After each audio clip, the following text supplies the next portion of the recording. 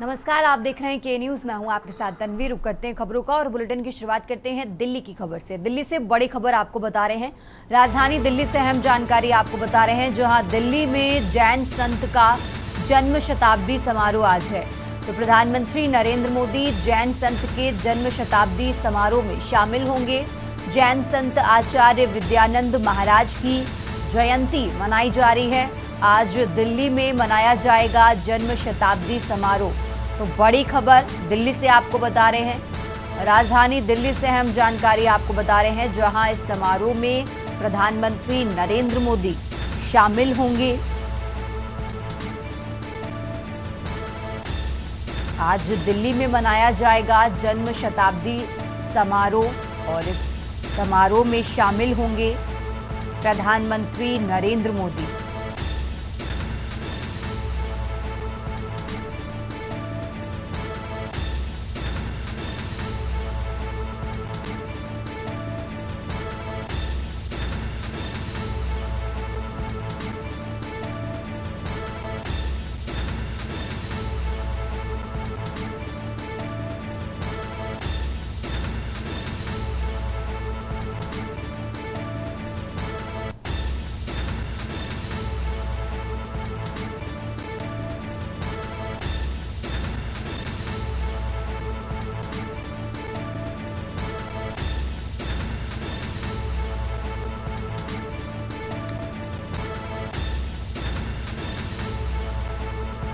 और इसी खबर पर ज्यादा जानकारी के लिए हमारे साथ दिल्ली से विशेष संवाददाता अखिलेश जी हमारे साथ जुड़ चुके हैं।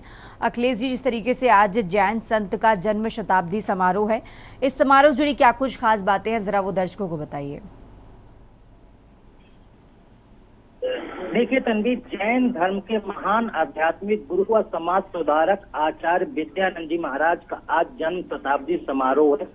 जन्म शताब्दी समारोह का कार्यक्रम दिल्ली के विज्ञान भवन में आयोजित होगा। करीब 11 बजे आयोजित होने वाले कार्यक्रम में प्रधानमंत्री नरेंद्र मोदी मुख्य अतिथि के तौर पर पहुंच रहे हैं। जैन समाज के जुड़े हुए प्रमुख विद्वान और संत भी वहां पर रहेंगे।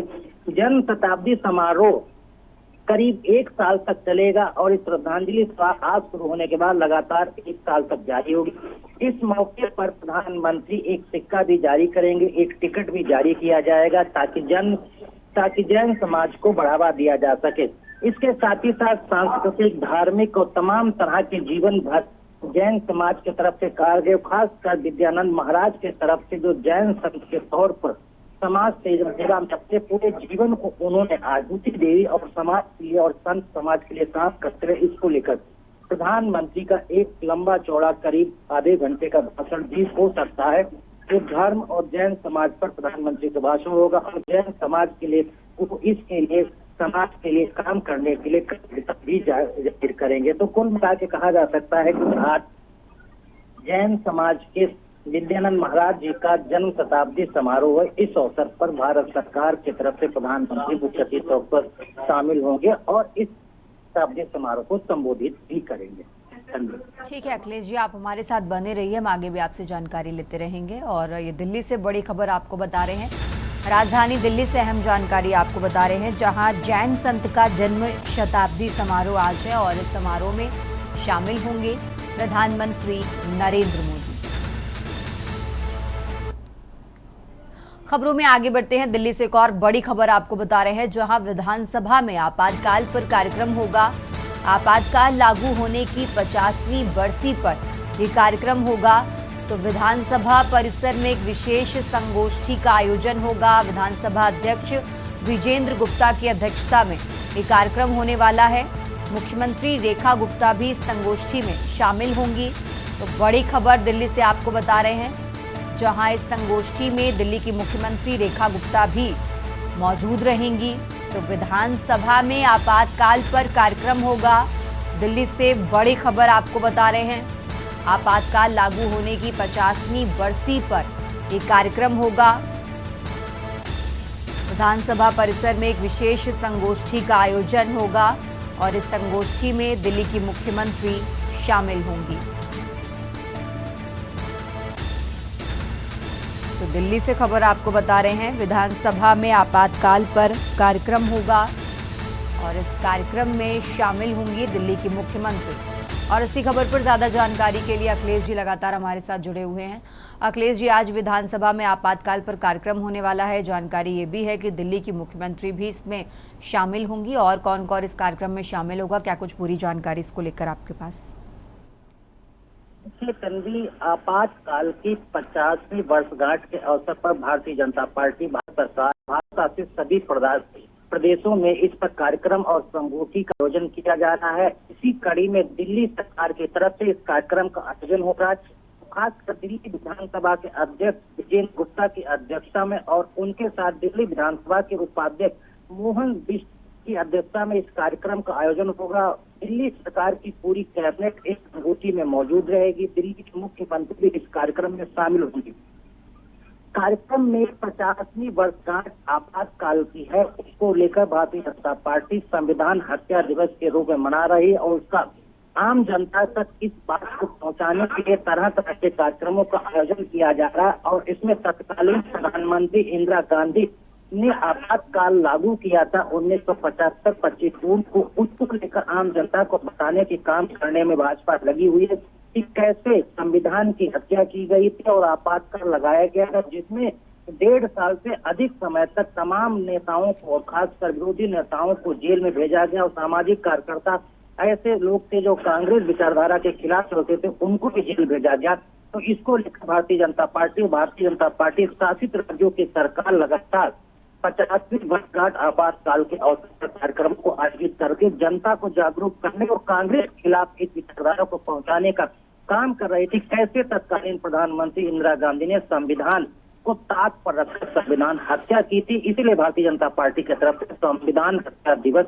का नाम दिया गया और इसी को आधारित करके सभी कार्यक्रमों को, संगोष्ठियों का आयोजन किया जाता है। ठीक है अखिलेश जी, बहुत बहुत शुक्रिया आपका तमाम जानकारी दर्शकों तक पहुंचाने के लिए। और ये दिल्ली से खबर आपको बता रहे हैं, जहां विधानसभा में आपातकाल पर कार्यक्रम होगा। और अब खबर मिर्जापुर से है, जहां डायरिया की चपेट में आने से एक की मौत हो गई है तो वहीं 40 बीमार हुए हैं। लखनपुर गांव में डायरिया का प्रकोप लगातार जारी है। डायरिया की चपेट में आने से हौसला यादव की मौत हो गई है। 3 दर्जन से ज्यादा लोग इस बीमारी की चपेट में आए हैं। 20 पीड़ितों को मिर्जापुर मंडलीय अस्पताल में भर्ती कराया गया है। चिल्ल थाना क्षेत्र के लखनपुर गांव का ये मामला आपको बता रहे हैं।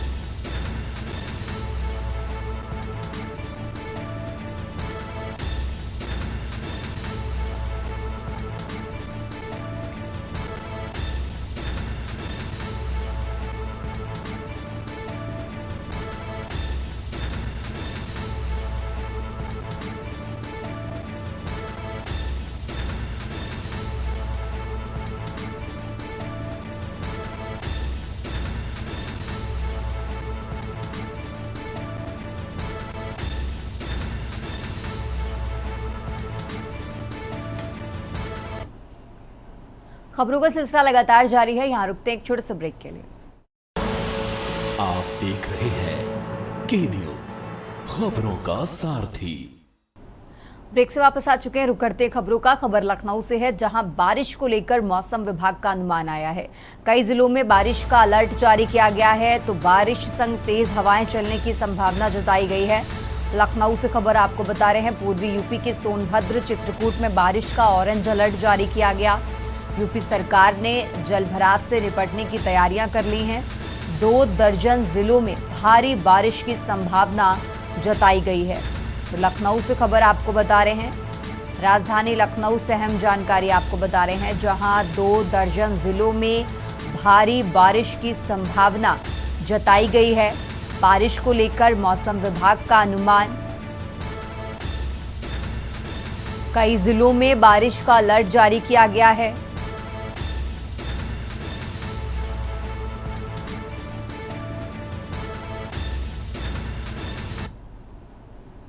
और अब बात करें हैं रायबरेली की, जहां आमरण अनशन पर बैठे बीजेपी नेता की हालत बिगड़ी है। आमरण अनशन पर बैठे बीजेपी नेता संतोष पांडे की हालत बिगड़ी। जिला प्रशासन भाजपा नेता को जिला अस्पताल लेकर पहुंचा। स्वास्थ्य विभाग के खिलाफ अनशन पर बैठे थे बीजेपी नेता। आमरण अनशन के 36 घंटे बाद बीजेपी नेता की हालत बिगड़ी है। तो जल त्याग कर आमरण अनशन पर बैठे थे बीजेपी नेता। सीएमओ पर कार्रवाई के नाम पर आश्वासन से नाराज है नेता। तो डॉक्टर पर निजी प्रैक्टिस के नाम शोषण करने का आरोप। डीएम ऑफिस के सामने आमरण अनशन पर बैठे थे बीजेपी नेता। रायबरेली से खबर आपको बता रहे हैं। रायबरेली से हम जानकारी आपको बता रहे हैं, जहां डॉक्टर पर निजी प्रैक्टिस के नाम पर शोषण करने का आरोप। डीएम ऑफिस के सामने आमरण अनशन पर बैठे थे बीजेपी नेता। तो आमरण अनशन पर बैठे बीजेपी नेता की हालत बिगड़ी है। रायबरेली से खबर आपको बता रहे हैं।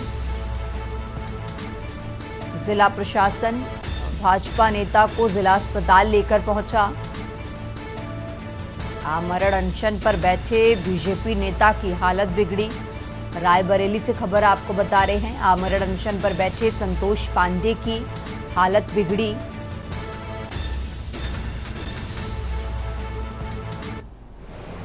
संतोष पांडे जो कि भाजपा कार्यकर्ता हैं, बाकी धरने में बैठे थे।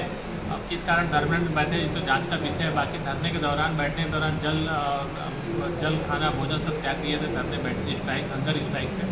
उसकी वजह से उनकी हालत ख़राब हो गई थी। लाया गया था, सारे वाइटल चेक करने के बाद उनको एडमिट कर दिया गया। अंडर ऑब्जर्वेशन में है। क्या स्थिति है उनकी? अभी स्थिति स्टेबल बनी हुई है।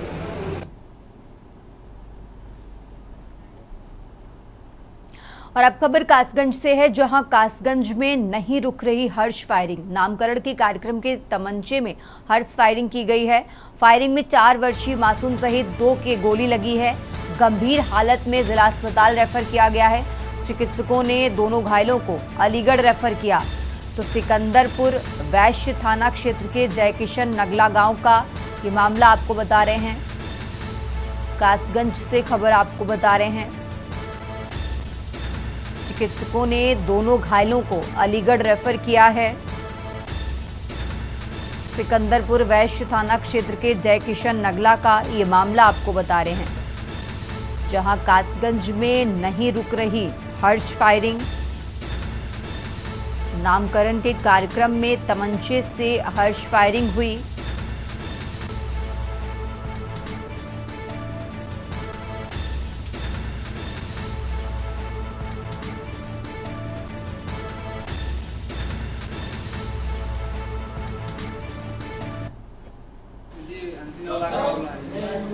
क्या हुआ था, पूरा मामला बताइए। उधर दावत चल रही थी जस्ट टाउन में, तो ये दावत खा रही थी बैठी, ये खा रही थी और लोग आए थे तो तमंचा लगाए थे एक लोग, तो उसके वो चले गया ये बगल में बैठे। नाम क्या है उनका, तमंचा लगाई थी? उसका नाम है मजलिस। जानकारी की आपके? हाँ, जैसे गाँव में रहते तो जानकार तो देखा भाई तो होती रहते। गोली किन किन लगी है, कौन कौन लोग थे गोली लगी है? ये बेटा था मेरा भतीजा। क्या नाम है इसका भतीजे का? कितनी उम्र है इसकी? 4 साढ़े 4 साल। और किन की लगी है? और एक पापा हैं अंसी नगला के, वो बैठे थे बराबर में, उनकी लगी है। और अब खबर सीतापुर से है, जहां भाजपा विधायक मनीष रावत का दौरा है। अचानक निरीक्षण करने सीएचसी सिधौली पहुंचे। ओपीडी में डॉक्टर के ना मौजूद होने पर बिफरे विधायक। बोले नौकरी करनी है तो मरीजों को देखना होगा। मरीजों से भी निरीक्षण के दौरान जाना हाल। ड्यूटी पर मौजूद डॉक्टर्स अपने आवास पर थे मौजूद। तो सीएचसी अधीक्षक की विधायक ने क्लास लगाई। कई दिनों से भाजपा विधायक को मिल रही थी शिकायत के बाद औचक निरीक्षण पर निकले विधायक। सीतापुर की सिधौली सीएचसी का ये मामला आपको बता रहे हैं।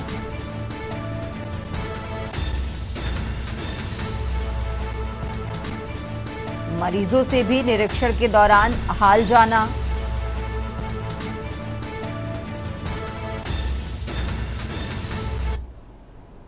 और अब खबर देवरिया से है, जहां स्कूल में सो रहे व्यक्ति की निर्मम हत्या हो गई है। व्यक्ति की गला काटकर निर्मम हत्या खून से लथपथ शव मिलने से इलाके में हड़कंप मचा है। मृतक व्यक्ति स्कूल का प्रबंधक बताया जा रहा है। एसपी, एएसपी मौके पर पहुंचकर जांच पड़ताल में जुटे हैं। रुद्रपुर थाना क्षेत्र के पब्लिक स्कूल फतेहपुर का ये मामला आपको बता रहे हैं।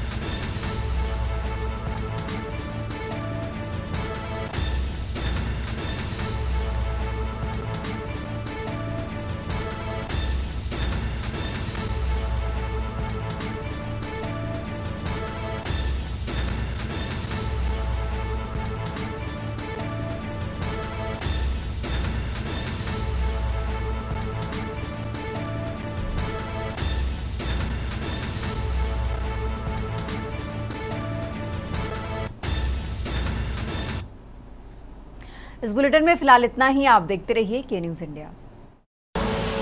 आप देख रहे हैं के न्यूज़, खबरों का